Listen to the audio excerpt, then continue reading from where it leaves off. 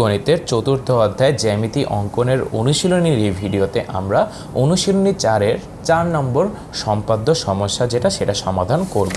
চলো দেখা যাক সমস্যাটা কি। আচ্ছা, এখানে বলেছে যে কোনো ত্রিভুজের ভূমি সংলগ্ন কোণদ্বয়ের অন্তর এবং অপর দুই বাহুর সমষ্টি দেওয়া আছে। ত্রিভুজটা আঁকতে হবে। তাহলে আমাদের কি কি ইনফরমেশন দেওয়া আছে? যদি এবিসিটা আমাদের সেই ত্রিভুজটা অঙ্কন করতে হবে সেই ত্রিভুজ হয়, তাহলে এই ত্রিভুজের ভূমি বিসি দেওয়া আছে।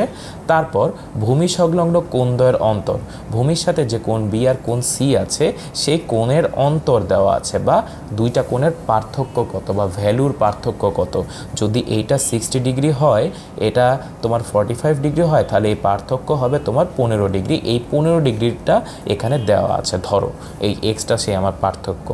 আর বলা আছে যে অপর দুই বাহু সমষ্টি, মানে এই এ বি আর এসি, মানে এ বি প্লাস এসি এই দুই বাহু সমষ্টি দেওয়া আছে। এই সমষ্টিটা মনে করি এস, এরকম দেওয়া আছে।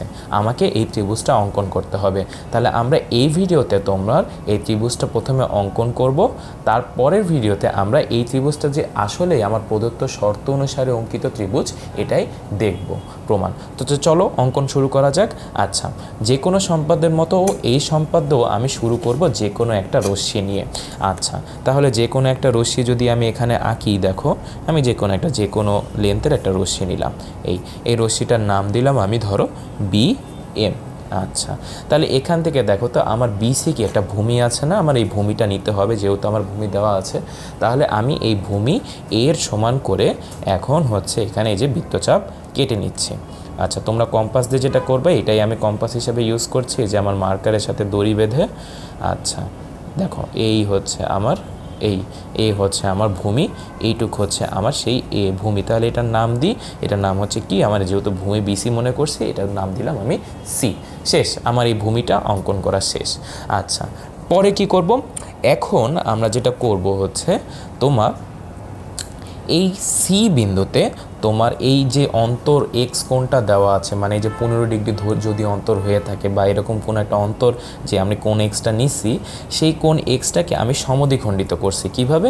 এটা তোমরা এই যে কম্পাস ধরো এইটা সেই কোণটা, এটা তোমার যদি এক্স হয়, দেখো তোমরা কম্পাস ধরে প্রথমে কি করবা, এইভাবে একটা বৃত্তচাপ আঁকবা।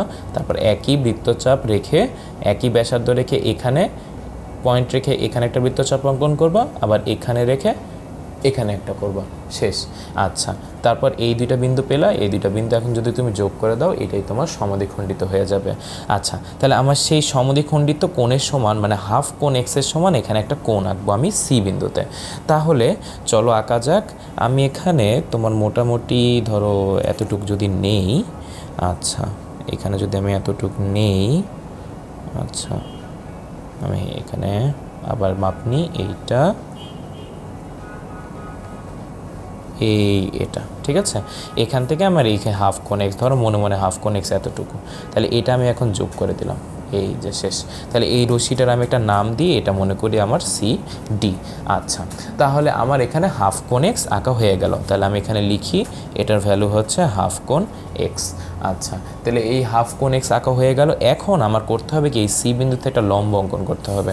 আমার এখন এই লম্ব অঙ্কনটা কেন করছে, এটা পরের ভিডিওতে আমরা যখন প্রমাণ দেখাবো তখন তোমাদের কাছে এটা পরিষ্কার হবে।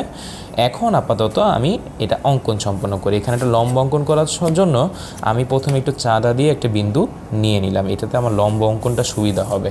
আচ্ছা, আর তোমরা এমনিতে লম্ব কিভাবে অঙ্কন করব আমি এখানেও দেখাচ্ছি। তোমরা কম্পাস দিয়ে যেভাবে লম্ব অঙ্কন করতে পারো, সেটা যে তোমার সি বিন্দুতে লম্ব অঙ্কন করা লাগবে। আচ্ছা, তাহলে সিডির উপর, তাই না? তাহলে আমি এখানে একটা বৃত্তচাপ নিব অর্ধেকের বেশি, সেই একই বৃত্তচাপ রেখে এখানে একটা কোণ আঁকবো, একই বৃত্তচাপ রেখে এখানে একটা কোণ আঁকবো, এখানে আঁকবো, আবার এটার বৃত্তচাপ রেখে এখানে একটা কোণ আঁকবো। দেখো অলমোস্ট আমারটা মিলে গেছে। আচ্ছা, যে লম্ব যেভাবে আঁকে। আচ্ছা, এখন এই লম্বটার আমরা একটা নাম দিই। চলো, লম্বটা তোমার সি পি। তাহলে আমি কি অঙ্কন করলাম, সিডি এর উপর সিপি লম্ব অঙ্কন করলাম। আচ্ছা, এখন কি করতে হবে, এখন আমার এই বিকে কেন্দ্র করে এই এস এর সমান, মানে যে এ বি আর এসি দুইটাই বাহু সমষ্টি দেওয়া আছে, এই সমষ্টির সমান ব্যাসার্ধ নিয়ে আমি এখান থেকে একটা বৃত্তচাপ আঁকবো। এই বৃত্তচাপ এই লম্বটাকে এই বিন্দুতে ছেদ করে, এই বিন্দুটা মনে করি আমি কিউ। তাহলে কিউ আমি বিন্দুটা পেয়ে গেলাম। তারপর এই বি কিউ আমাদের যোগ করে দিতে হবে। আচ্ছা, বি কিউ যোগ করে দিলাম, শেষ। এখন আমাদের শেষ যে কাজটা বাকি আছে, যে আমার সি বিন্দুতে এই যে কোণ বি কিউ সি, এই কোণের সমান করে একটা কোণ আঁকতে হবে।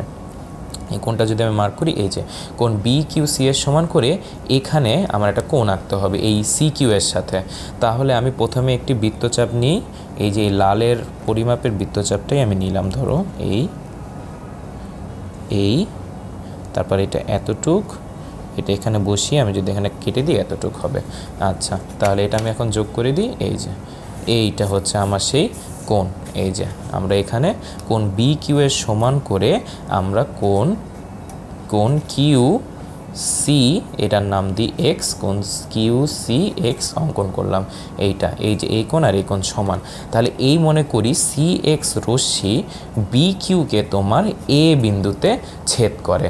তাহলে এই এ বি সি হচ্ছে আমার নির্দিষ্ট ত্রিভুজ। তাহলে আমরা কিভাবে অঙ্কন করলাম আরেকবার যদি সংক্ষেপে বলি, যে হচ্ছে দেখো আমরা প্রথমে একটা রশ্মি নিলাম, রশ্মি নিয়ে কি করলাম, রশ্মি নিয়ে হচ্ছে তোমার এখান থেকে ভূমিটা কেটে নিলাম, এ, শেষ, আমরা ভূমি পেয়ে গেলাম।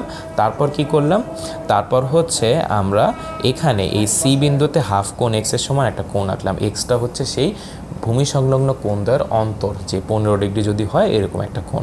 আচ্ছা, এটার অর্ধেক আঁকলাম, তার উপর আমি একটা লম্ব আঁকলাম। আচ্ছা, লম্ব এঁকে তারপর করলাম কি, এই বি বিন্দু থেকে এই সমষ্টির সমান ব্যাসার্ধ নিয়ে বৃত্তচাপ আঁকলাম। তো এই বৃত্তচাপটা কি, এই সমষ্টিটা হচ্ছে এ বি আর এসির যোগফল যদি ধরো। তারপর করলাম কি, এটা কিউ বিন্দুতে ছেদ করে বি কিউ যোগ করলাম। তারপর এই সি বিন্দুতে বি কিউ সি এর সমান করে কিউ সি এক্স অঙ্কন করলাম, যেই সি এক্স রশ্মি তোমার বি কিউকে এ বিন্দুতে ছেদ করে। তাহলে এ বি সিটাই হচ্ছে সেই আমার নির্দিষ্ট ত্রিভুজ। পরবর্তী পর্বে আমরা এই ত্রিভুজটা যে শর্ত মতে আঁকা আছে এটাই প্রমাণ দেখব।